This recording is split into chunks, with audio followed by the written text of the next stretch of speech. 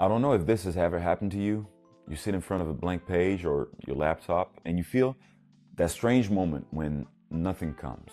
No ideas, no spark, just emptiness. Or the complete opposite, a whirlwind in your head. Ideas flying in from every direction. So many thoughts, so many creative leads that you don't even know where to start. And in the end, you freeze, paralyzed, caught in loops inside your own creativity. I've been through both extremes, not once, not twice, dozens of times. Even right now, as I'm building this Build in Public project, I go from one extreme to the other, sometimes within the same day. In the morning, I feel invincible.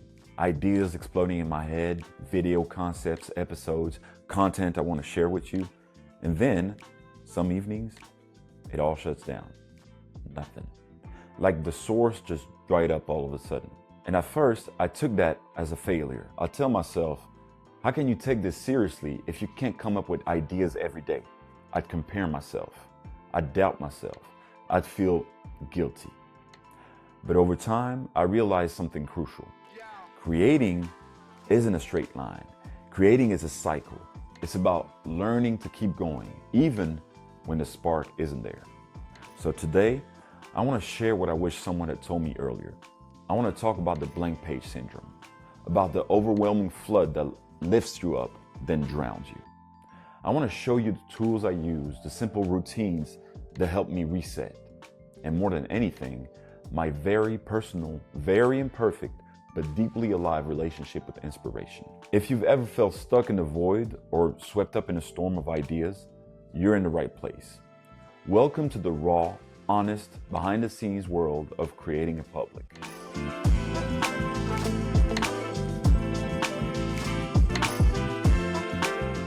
Let's talk about it. That moment every creator dreads. That moment when you're just facing yourself, facing the blank page, facing a screen that's just reflecting your own emptiness. You dig through your thoughts, you dig into your heart, your past, your desires, anything you could say. But the more you dig, the more it slips away, like sand running through your fingers. What's crazy is that it's not just a lack of ideas. It's not logical. It's more subtle than that. It's a disconnection from yourself. Sometimes you feel like you're floating. You want to create, but your heart isn't there. And for once, your mind can't fake it either. And for the longest time, that made me panic. I thought it was a warning sign that I was losing everything I'd built, that maybe I wasn't made for this after all. But over time, through failure, through long hours of wrestling with myself, I understood something else. The emptiness isn't your enemy. It's a passage, a necessary space, a threshold between what you've already made and what's waiting to be born. The problem isn't crossing the void. It's trying to deny it, to rush, to fill it too quickly, to ignore its rhythm.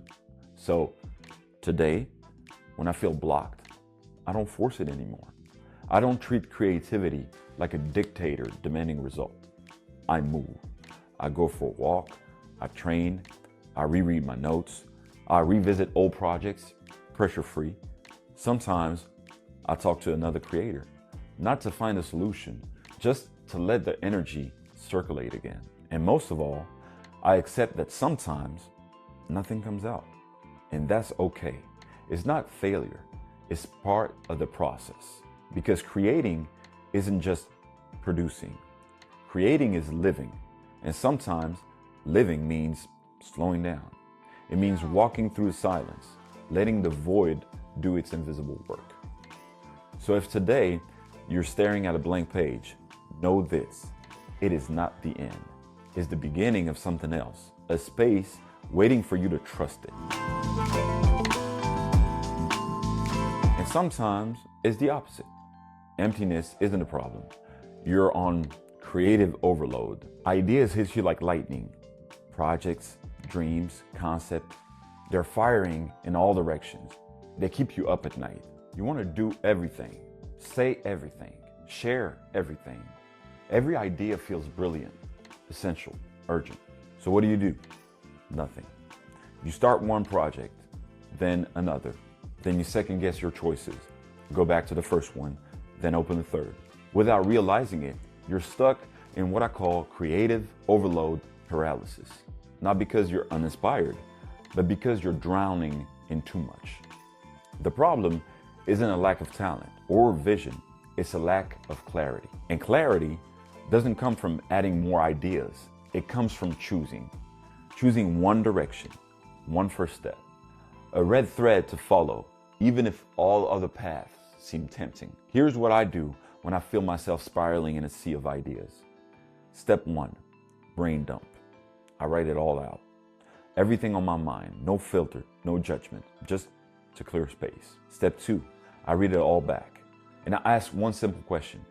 What feels most aligned with who I am today? Not what's most profitable, not what would impress the most people, not what's trending, just what's true for me right now. Then I choose one main idea, one priority project. The rest, I keep it safe. I store it in a to revisit later file, not to forget it, but to give it a chance when its time comes. Because creating isn't just pumping out content. Creating is choosing what you want to offer to the world today. And ironically, it's inside the limits you set that your greatest freedom is born. So once you've cleared your head, once you've chosen one direction, how do you stay focused? How do you avoid falling back into the chaos?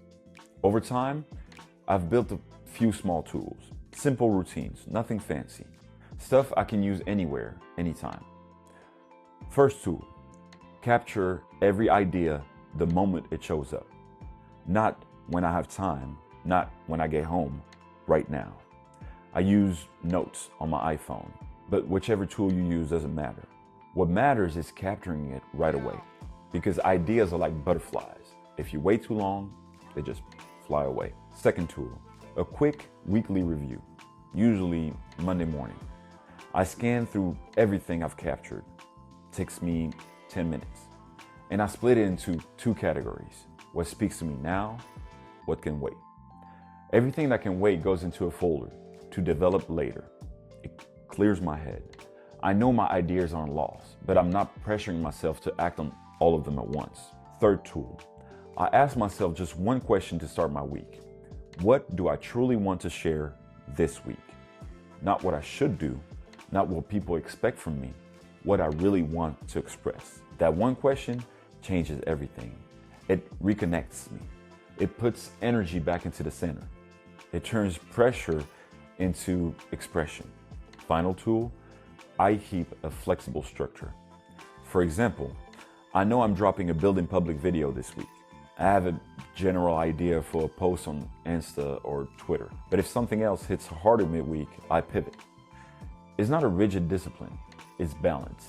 It's building a path without locking the journey. These simple tools, they don't just help me create better. They help me live my creative process better. Stay light, stay moving, stay alive, even through storms. For the longest time, I believed the inspiration was some kind of magic, something mysterious, unpredictable, a gift that shows up or doesn't. I thought creating meant waiting for the right moment, that perfect lightning strike, that perfect emotional state, like a creative storm coming out of nowhere. So of course, when the inspiration didn't show up, I felt guilty. I doubted myself. I judged myself harshly. I spent so much time waiting for inspiration, chasing it, trying to force it. Until one day, I understood something simple, something obvious, but something it took me years to fully accept. Inspiration isn't a shooting star. It's not a lottery. It's a relationship. And like all relationships, it requires presence, openness, the ability to listen even when it only whispers. Today, I no longer see inspiration as a stroke of genius. I see it as a fire I can feed, a fire I can nurture a little every day with what I read, with the conversations I have, with the places I go, with the way I live my life. And when the fire weakens, I don't blow on it like a maniac anymore. I give it space. I respect its rhythm. For me, creating is no longer a genius sprint.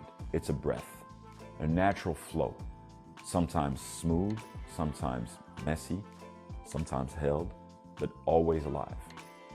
So if you ever feel disconnected from your creative energy, if you find yourself chasing inspiration or drowning in it, remember this: inspiration isn't a miracle. It's a movement of life, a constant back and forth between what you live and what you choose to express. And in that dialogue, sometimes you need to speak, sometimes you need to listen, and sometimes you just need to be still and let the fire come back on its own. So yeah, whether you're in total creative drought right now or in an overwhelming storm of ideas, just remember one thing: your creativity is not a machine to optimize. It's not a source of stress to manage. It's not a race against others. It's a living conversation between you and what you want to offer the world. There will be days when you create from the fire and days when you create from the void. And in both cases, you're still you. It's still alive. It still matters. So keep going. Not necessarily fast, not necessarily loud, but keep moving at your pace, at your rhythm. Let me know in the comments right now, are you in blank page mode or idea tsunami mode? I'd love to hear your story, because sharing is how we move forward together. And if you want to keep exploring the real journey behind the content, the highs, the lows, the doubts, the raw moments, then stay tuned. In the next episode, we'll dive into another fear every creator knows: the fear of not being heard. I'll tell you how I've felt it, how I deal with it, and maybe how you can transform it too. Thanks for being here. Thanks for walking this path with me. See you soon.